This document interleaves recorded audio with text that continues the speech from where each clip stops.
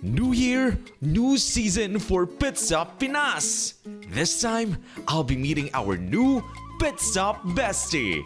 And together, we'll start our journey here in Tagum City. Nung tinanong ko siya kung saan niya gusto unang mag-pit stop, sabi niya ay kung saan ko siya gustong dalhin. So, we begin in a place that holds many stories of growth, lessons learned, and everyday moments that shaped who I become. Pero more than just showing where I came from, ang stop na ito ay about sharing the spirit of the city and letting a friend experience it for the first time. And now, it's her turn to see Tagum through fresh eyes. Discover its stories and make it part of our own pit stop journey.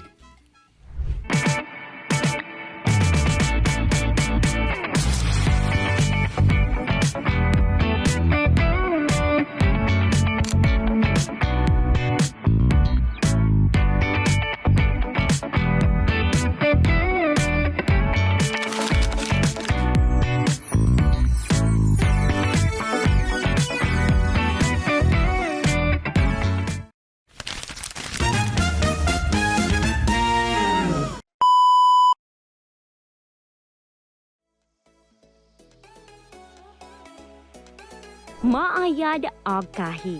Moapyato pagpananaw kakanami. I am Angeli, and in my very first episode in Pit Stop Pinas, I will be meeting Israel, and I'm so excited kasi this is my very first time to visit Tagum City.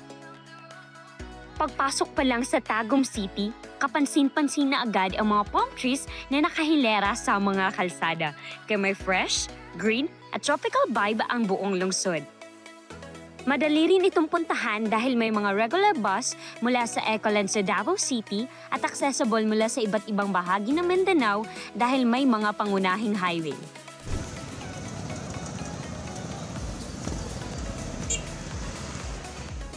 Uy, Israel! Uy, Angeli! Kumusta? Okay lang.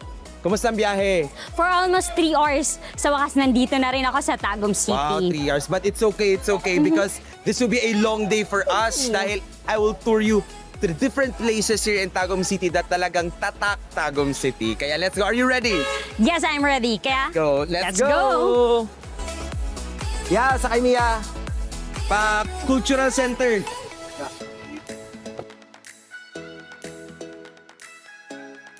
And first stop namin is yung Cultural Center para naman mas magdiggit tayo kung ano talaga yung nandito sa Tagum. Kasi kahit ako, as a Tagumenyo, marami pa din akong hindi alam sa history ng Tagum City. Kaya excited ako to tour you but also learn with you dito sa Tagum City. Ikaw ba, ano ba yung expectation mo sa Tagum City?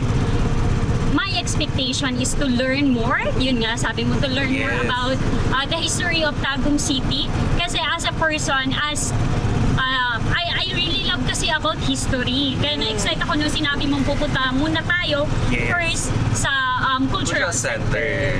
At syempre kakain tayo. Ay, yan ang Madami gusto ko. tayong kakainin dito sa Tagum City. And I am sure na ma-enjoy natin ang Tagum City as a whole. Let's go!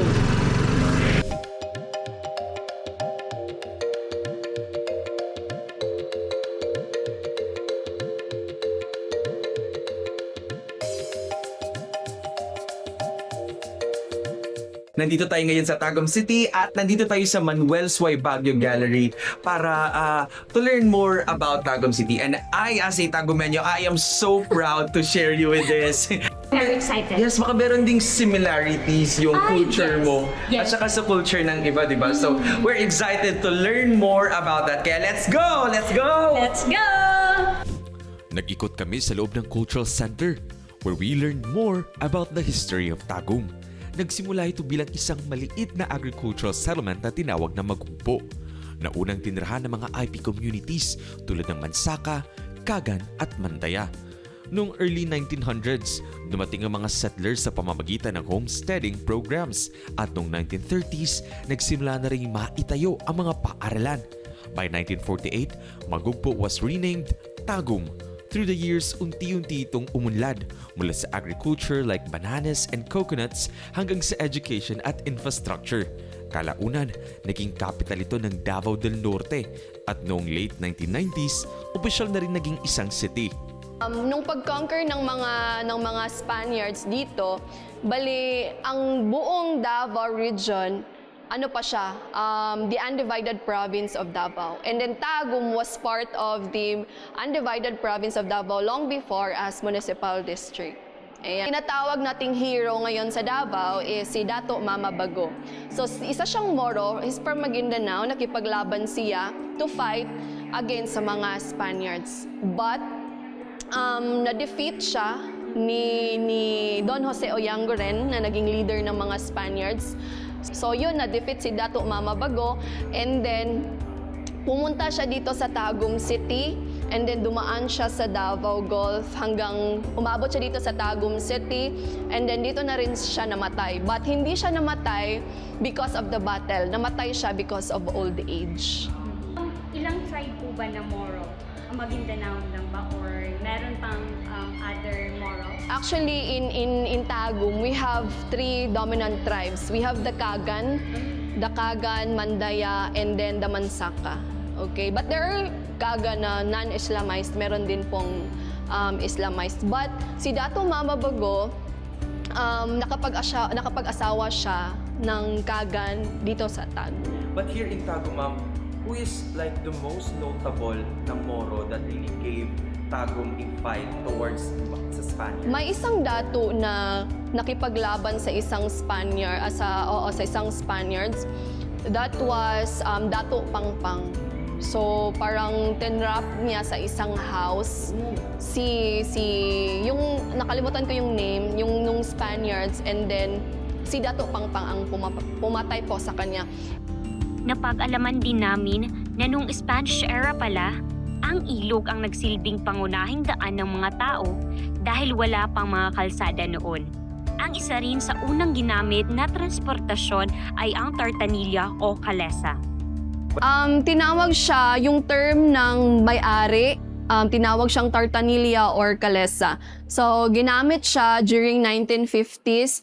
That was owned by Judge Israel. Bukod sa tartanilya, makikita rin sa Cultural Center ang iba't ibang artworks na nagpapakita ng way of life dati, tulad ng mga barko na ginamit noon. We also have here aside na yung 3 dominant tribes ng Tagum, and then their traditional attires, the traditional houses, malalaman natin kung anong tribe siya based on the traditional house, location ng kanilang mga traditional houses. Like the Kagan, they live near the coastal area. Yung Mansaka, they live in the mountains, and then the Mandaya, they live along the river. And then they also have the traditional foods na up until now, piniprepare pa rin po nila. And then their traditional musical instruments, their traditional performances na up until now, parang ginagawa pa rin nila because may ginagawa silang pag-indo or training classes to preserve their culture and tradition, and then traditional performances. As a member of Matik Salug community, I can really attest na may malaking role ang mga indigenous communities sa paghubog ng history at pati na rin ng identity ng bawat lugar.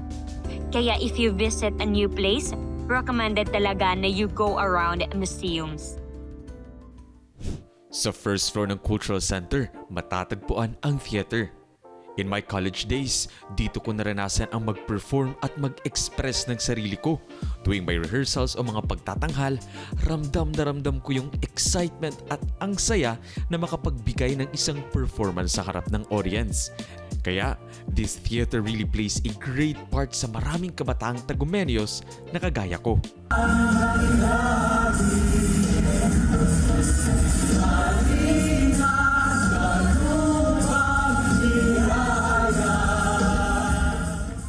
Nandito rin sa building na ito ang City Library. It gives Tagumeños, lalo na mga estudyante, the opportunity to study comfortably and in peace. After touring the Cultural Center, I brought Angeli outside para matikman niya ang ilan sa mga favorite snacks ng mga Tagumeño. Charan! Banana Q, pinaypay, turon at iba't ibang mga palamig. Bigay na siya lami nga banana cube. Dugay na gina sila dara nagabaligya yun. So, kana high school pa lang ko, elementary, kana nagit ko dara. Ay, mauni mo sa sagi. Yes. Pwede ipahambog sa inyo tago. Yes.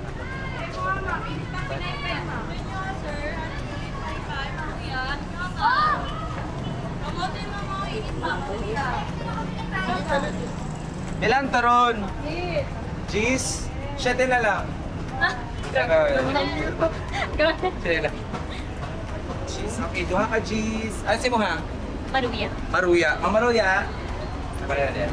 Isa ka turo lang, isa ka maruya. So, hindi kayo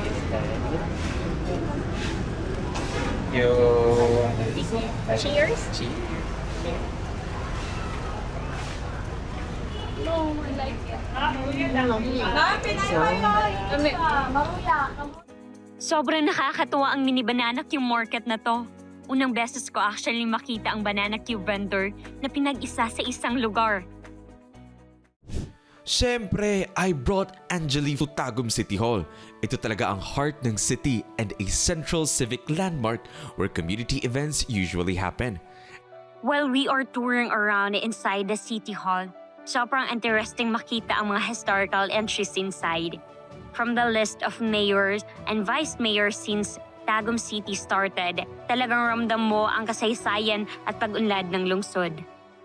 Right beside the City Hall is the Senior Citizens Park, ang favorite tambayan ng ilang mga Tagumeños, especially in the morning. Makikita mo rito ang mga senior citizens doing light exercises, which is super important for keeping the body strong and staying active overall. May foot relax path din dito na good for blood circulation and relaxation. Welcome guys sa Tree of Life. So nandito tayo ngayon pa rin sa likod ng City Hall of Tagum kung saan meron doon silang Chinese-inspired na amenities dito kung saan you can have your ribbon and then lalagay mo yung wish mo doon at saka itatali mo siya sa balete tree. Kung sa China, ang tree nila is yung banyan tree. Dito naman sa Philippines o dito sa Tagum City, ang ginagamit nila is yung balete tree. So a lot of wishes na makikita mo dito. More on, I don't know if kung pwede siya basahin pero may nabasa ko, parang yung protection sa family. So, it's more of a hope, clinging into hope na maraming mga tao na meron din talaga mga prayers nila. So, natali ko na ang aking ribbon, which is naisulat ko din dito ang aking wish, wherein ang aking wish is good health ngayong 2026. Kasi as a working student, so, kailangan talaga na merong malakas na pangangatawan. So, yun yung naisulat ko para din to achieve my goals, my dream this 2026. Okay guys, so my wish is tulad nung sinabi ko sa Malagos together with Ma'am Renz and Sir JC is to have a better 2026 because you know a lot happened to my 2025 and a lot of twists, a lot of great things that had happened and I want that my 2026 I got to learn more about the field. I got to know more people and for myself then for my self-growth. It may seem simple, but these are the kinds of places na ramdam mo talaga na para sa mga tao. And that's something I'm proud to share as a local.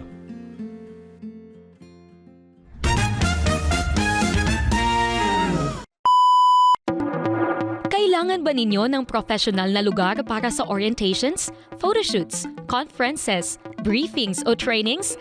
Tara na sa Mindanao Media Hub! May mga studio at spaces na pwedeng rentahan sa halagang 3,500 pesos kada oras, minimum ng 4 na oras. Pwede kayong pumili sa 100 square meters o 200 square meters na studios para sa inyong mga aktibidad. Meron din kaming mas maliliit na rooms na kayang mag-accommodate ng hanggang 40 katao. Kung naghanap kayo ng office space, baka dito nyo na makita ang perfect spot. Plus, hindi problema ang parking, may maluwag na parking area para sa lahat ng bisita. Para sa karagdagang impormasyon, bisitahin kami sa Mindanao Media Hub, Diversion Road, Bangkal, Davao City.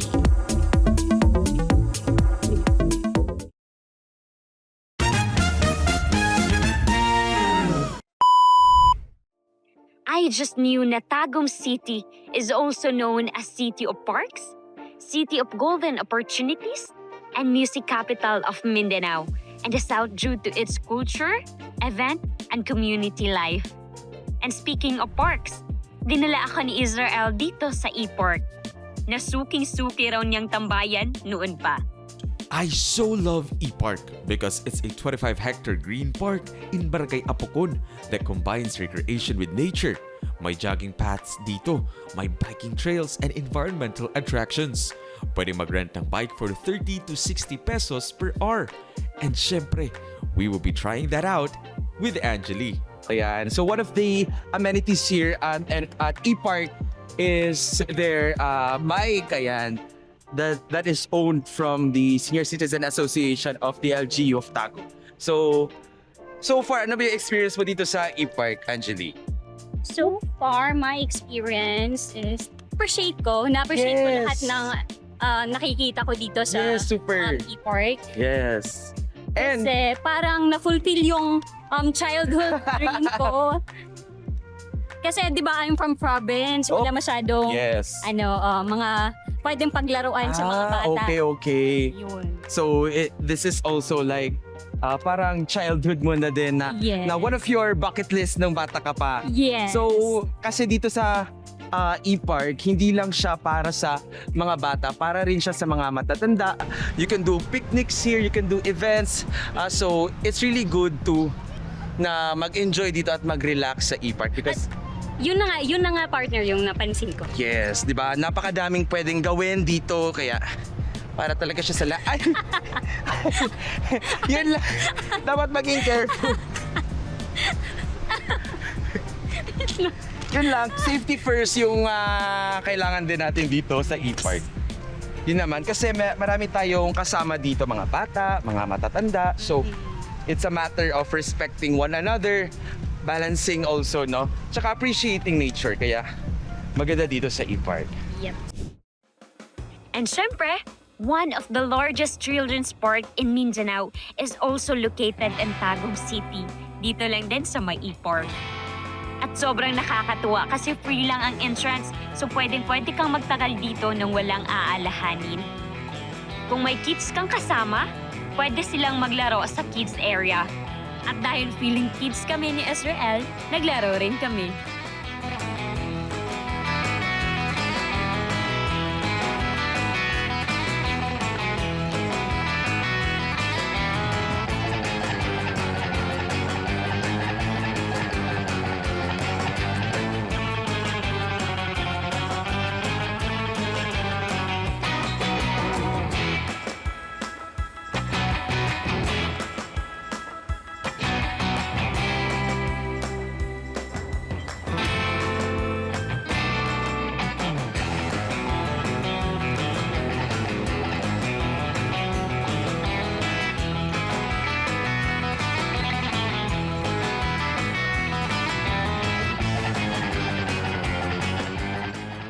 As we roam around, ang pinaka-nagustuhan ko sa E-Park is that it's really a common space for everyone. Hindi lang siya park, kundi lugar na pwedeng magsama-sama ang pamilya o barkada o kahit kung mag-isa ka lang ay pwedeng-pwede rin. Another park is San Agustin Botanical Park. I really wanted to share this place with Angeli. First off, sobrang chill ng vibe dito. The park is full of lush greenery, tropical trees, and all kinds of plants from around the world. May 2-story view deck pa sila where you can enjoy a super peaceful view of the whole place. You can relax or take some nice photos. One of the highlight na hindi ko in-expect is the 1,000 step challenge. As someone who loves running and hiking, approve sa akin to. Pero sayang at hindi tayo naka-hike ready sa outfit natin for today. Another exciting part, libre ulit siya. No entrance fee, so you can spend as much time as you want without worrying about anything. Kaya pa ba? Kaya pa. Kaya pa. One thing that I remembered before is right after our church is pumupunta kami dito for fellowship ng mga kasama ko sa mga church, yung mga youth sa mga church. And we would go here and, play some music, shared some experiences, and para may dala kami ng mga street foods at saka yun yung kinakain namin. So it's very memorable sa akin at saka it's very nostalgic to see Botanical. Really strong and nurture pa rin at saka nape-preserve pa rin yung mga trees dito. At yun yung isa sa maganda here in Botanical Park. Ano ba yung so far nakikita mo? Ano yung experience mo dito? So far, ang napansin ko iba-ibang klase ng mga puno. Oo, yes. 'Di ba? Na-mention ko ata sa'yo na I love hiking, I love mountain. So na-appreciate ko yung iba't ibang klase ng mga puno. So easy na lang sa'yo ang 1,000 steps. Super Di easy. natin sure. Pero kaya. Kaya naman.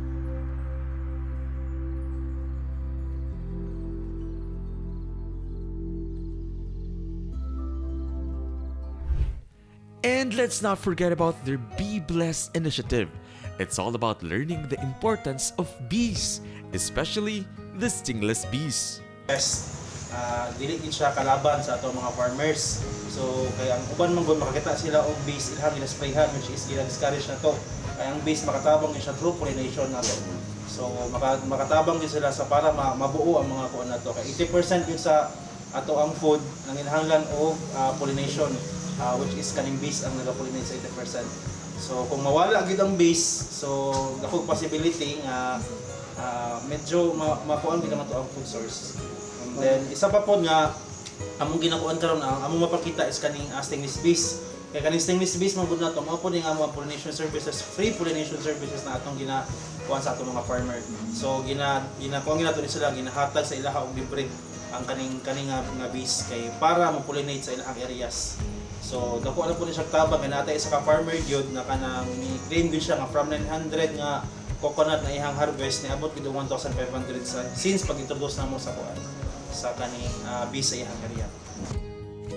To be honest, takot ako sa bubuyog. Pero dahil may beekeeping bill naman palang isusuot, go na tayo dyan. Sinasabi ring mababait naman ang mga bubuyog. Ang mahalaga lang sa kanila ay hindi sila ginugulo.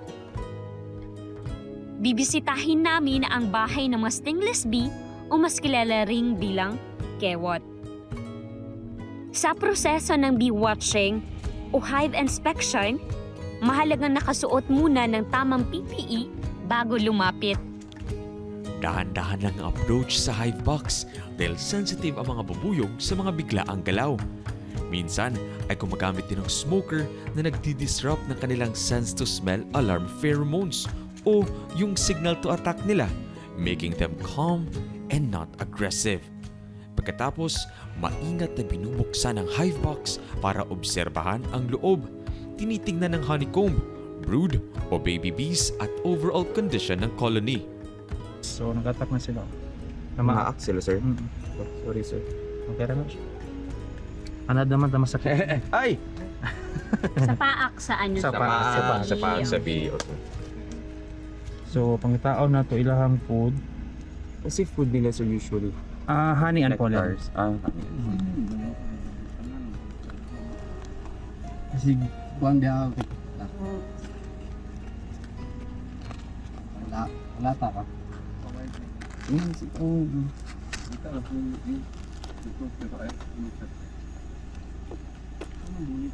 dala nasa kilid. Kani iyang honeypot nasa kilid. Okay. Try na to kuha gamay. Gamay lang. Visitors. Kung siya iyang honeypot. Honeypot talaga siya. So makatry tag taste ani unya. Naman may honey dito nga extract niya. Pila So kani siya pure gini siya. Pure honey, yun nila. Oo, pure honey. Realize. Tamis. Ang lasa po sa honey ani, I mean ang lasa po sa atong honey, di gyud siya parehas og lasa tanan. Oo, okay. Lahi-lahi gyud na mo depende sa source nila. So kaning ato ang stingless bees, murag na siya pagka-aslom-aslom. Bitaw. Actually, yang honey.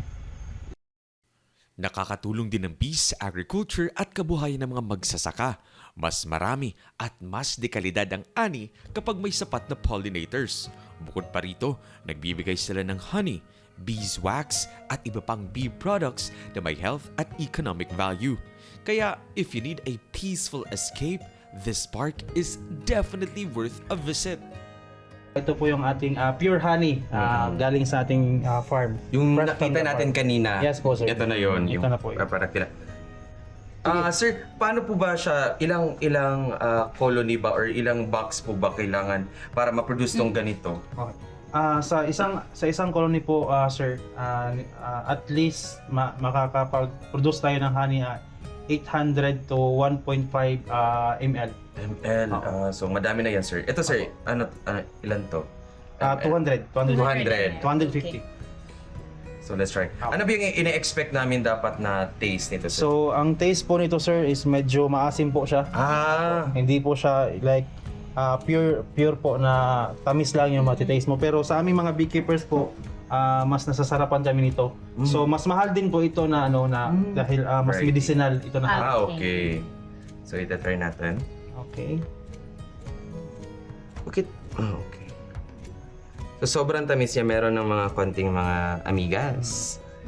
Kasi sweet nga. Sweet nga. Okay, let's try. Cheers!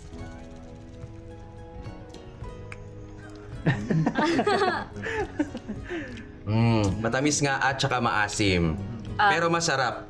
I feel like pwede to siya sa yung mga iniinom natin ng mga honey tea na mga with iced honey tea. Yan. Pwede. Perfect na perfect sa mga cafes and stuff. Sarap. Stay tuned for part 2 and it's going to be an adventure with me and Angeli na you won't want to miss. Kaya see you sa susunod na Sabado sa part 2 ng ating Tagum City Journey. Dito lang yan sa Pits Up Pinas!